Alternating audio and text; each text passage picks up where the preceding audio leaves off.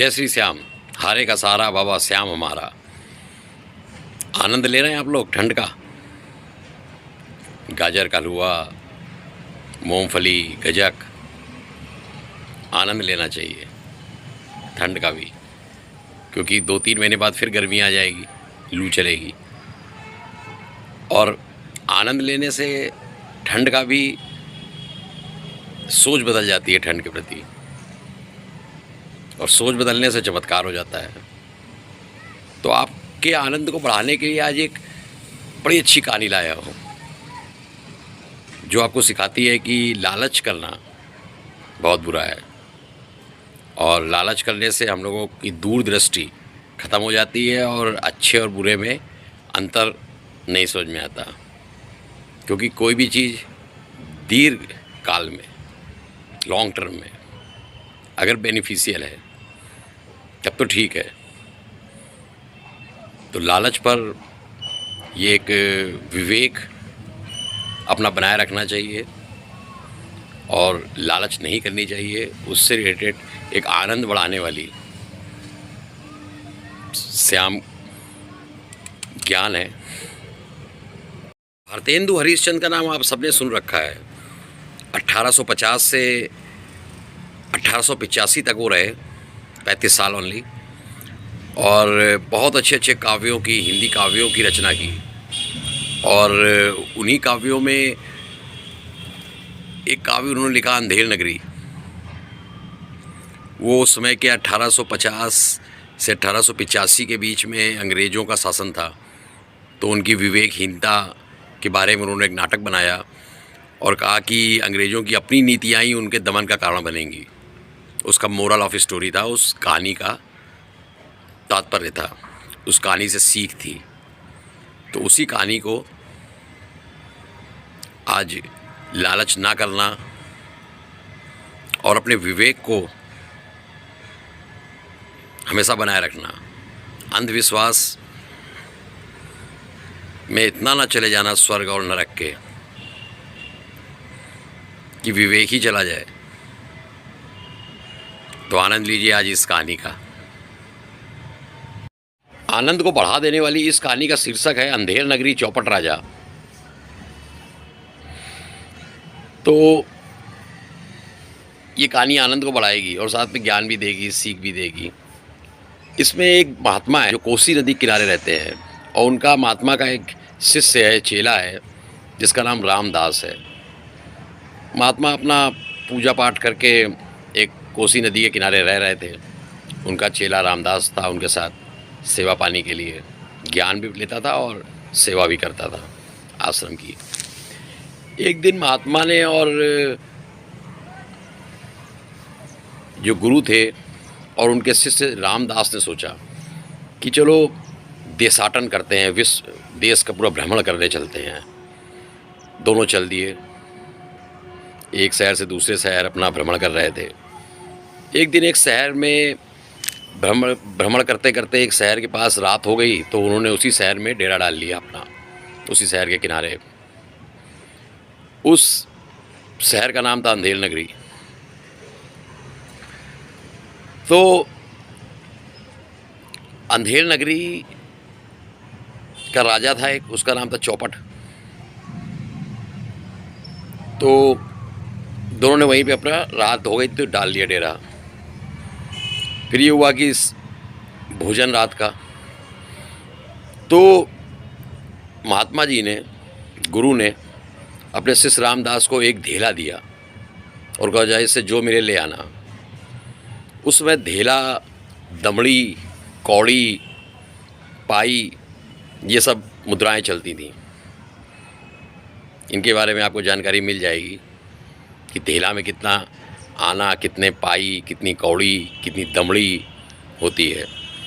अब राम इस कहानी को सुनते रहिएगा, क्योंकि इस कहानी में एक राजा भी आएगा और जो महात्मा हैं, जो गुरु हैं, वो उनको एक गूढ़ रहस्य बताएंगे, जिससे कहानी पलट जाएगी।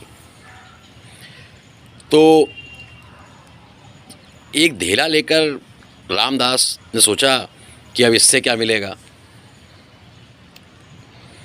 एक धेला दिया है बताओ मुझे, और मेरे पास और पैसे भी नहीं है। चूँकि वो महात्मा और गुरु जो थे उनकी आज्ञा थी, तो रामदास चल दिया कि चलो कुछ ईश्वरी कृपा होगी, कुछ मिल ही जाएगा रात गुजारने के लिए खाने पीने का। जब वो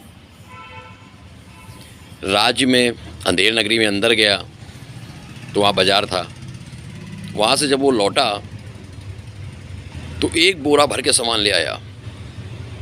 अब महात्मा गुरुजी बहुत आश्चर्यचकित, उन्होंने बोला, अरे तुम एक बोरा सामान ले आए, इतना सारा सामान ले आए, मीठा भी ले आए और जाने क्या क्या ले आए एक ढेला में। तो शिष्य रामदास ने बताया कि ये तो बहुत ही अद्भुत नगरी है, ये एक अंधेर नगरी है और इसका राजा चौपट है। यहाँ पर एक दुकान में लिखा था, टका शेर भाजी टका शेर खाजा, अंधेर नगरी चौपट राजा। मतलब सब चीज़ों की एक ही कीमत, जो कीमत मिट्टी की वही कीमत सोने की, जो कीमत काजू बादाम की वही कीमत चनों की। ये तो बहुत सस्ता और अच्छा शहर है। तो राजा ने कहा यहाँ पर मूल्य, और महात्मा ने कहा कि यहाँ पर मूल्य अमूल्य इसका कोई अंतर ही नहीं है, तो सत्य और असत्य का भी नहीं होता होगा, विवेक और विवेकहीनता का भी अंतर नहीं होता होगा, धर्म और अधर्म का भी अंतर नहीं होता होगा।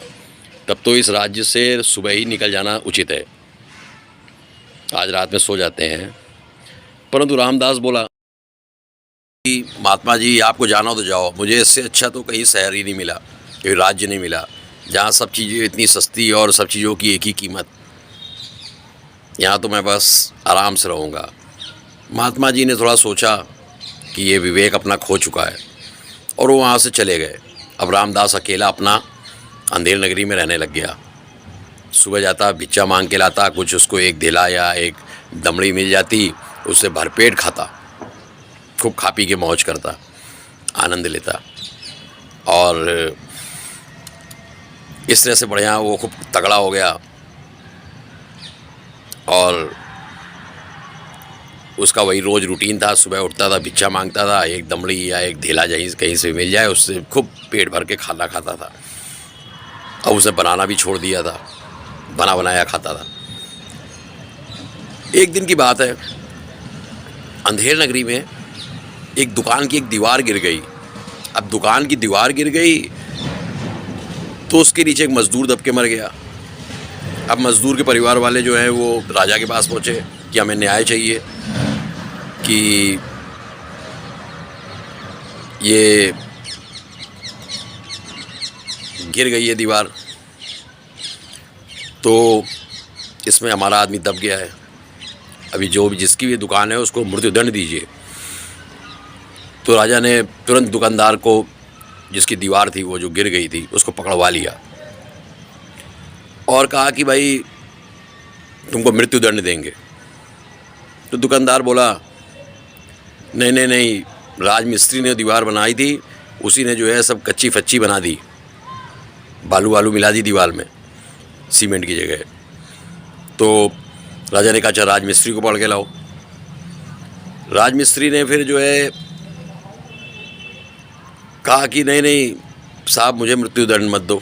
वो पकड़ में आ गया जब, मेरी कोई गलती नहीं, मैंने अपने एक असिस्टेंट रखा था, छोटा राजमिस्त्री, उसने ज़रूर जो है गारा सही नहीं बनाया होगा उसने। तो राजा ने कहा उसको पकड़ के लाओ।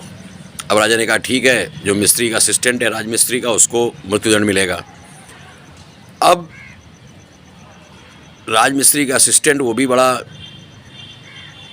निपुण, उसने बोला नहीं, एक्चुअली मैंने गारा तो बनाया था ठीक, लेकिन भिस्ती जो आता है, जो पानी डालता है, उसने पानी ज़्यादा डाल दिया।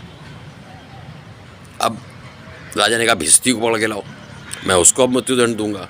चौपट राजा ने कहा। इससे से भिस्ती पकड़ में आया, राजा ने कहा इसको मृत्युदंड दिया जाए, पर भिस्ती बोला राजा चौपट से, नहीं महाराज, मेरी कोई गलती नहीं। उस समय एक भिक्षा मांगते हुए आदमी निकल रहा था, अजीब अजीब सी आवाज़ निकालते हुए, रामदास नाम का। इससे मेरा ध्यान भटक गया और पानी मैंने ज़्यादा इसलिए डाल दिया। राजा बोला अच्छा कौन है ये रामदास भिखारी? राजा ने उसको अपनी शक्तियों से पकड़वा लिया। अब वो पकड़ में आ गया।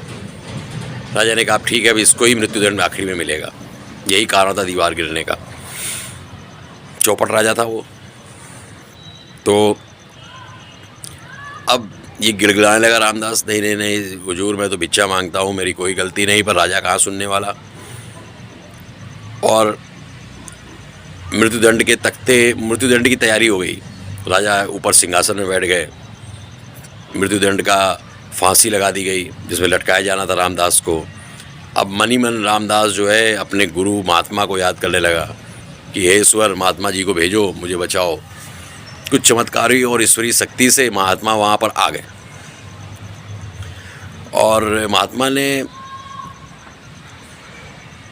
कहा अब ये रामदास के प्राण तो बचाने हैं। मैंने इसको पहले ही कहा था कि जहाँ पर न्याय अन्याय, सुख दुख सब एक ही होंगे। जब सोना और मिट्टी का भी एक ही भाव है तो यहाँ रहना उचित नहीं है। पर रामदास ने अपना विवेक खो दिया था लालच में आकर। लेकिन अब मुझे इसको बचाना पड़ेगा, महात्मा जी ने सोचा। तो महात्मा ने चिल्ला कर कहा राजा से कि अरे रे रे, इसको मत चढ़ाइए, मैं फांसी में चढ़ूँगा, मैं इसका गुरु हूँ। तो राजा ने कहा ये कैसे हो सकता है, गलती इसकी है, रामदास की तो यही चढ़ेगा। तो महात्मा ने कहा राजा से कि उसका एक गूढ़ रहस्य है, मैं आपको कान में ही बता सकता हूँ कि मैं फांसी चढ़ूँगा, इसका क्यों कह रहा हूँ। महात्मा ने कहा मैं चढ़ूँगा, ये कि मैं क्यों कह रहा हूँ। तो राजा ने कहा अच्छा गूढ़ रहस्य मुझे बताओ अगर कान में।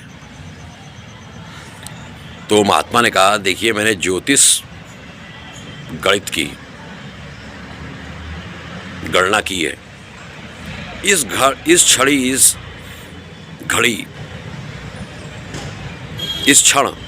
घड़ी जो भी फांसी में लटकेगा वो सीधा स्वर्ग जाएगा।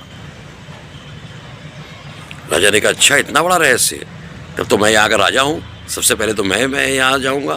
राजा ने उछल कहा इतनी बड़ा तुम रहस्य छुपा रहे थे मुझसे, हराओ रामदास को, हराओ महात्मा को, मैं फांसी पर चढ़ूँगा।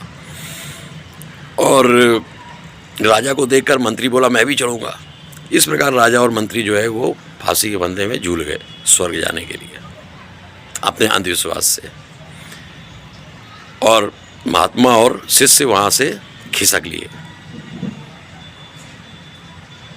रामदास और महात्मा गुरु वहाँ से खिसक लिए। अब इस कहानी से क्या सीखा आपने कि विवेक लालचवश नहीं खोना चाहिए और स्वर्ग नरक का इतना ज़्यादा अंधविश्वास भी नहीं करना चाहिए। अपने विवेक को हमेशा जागृत रखना है। चलिए फिर मिलेंगे, सर्दी का आनंद लीजिए। जय श्री श्याम।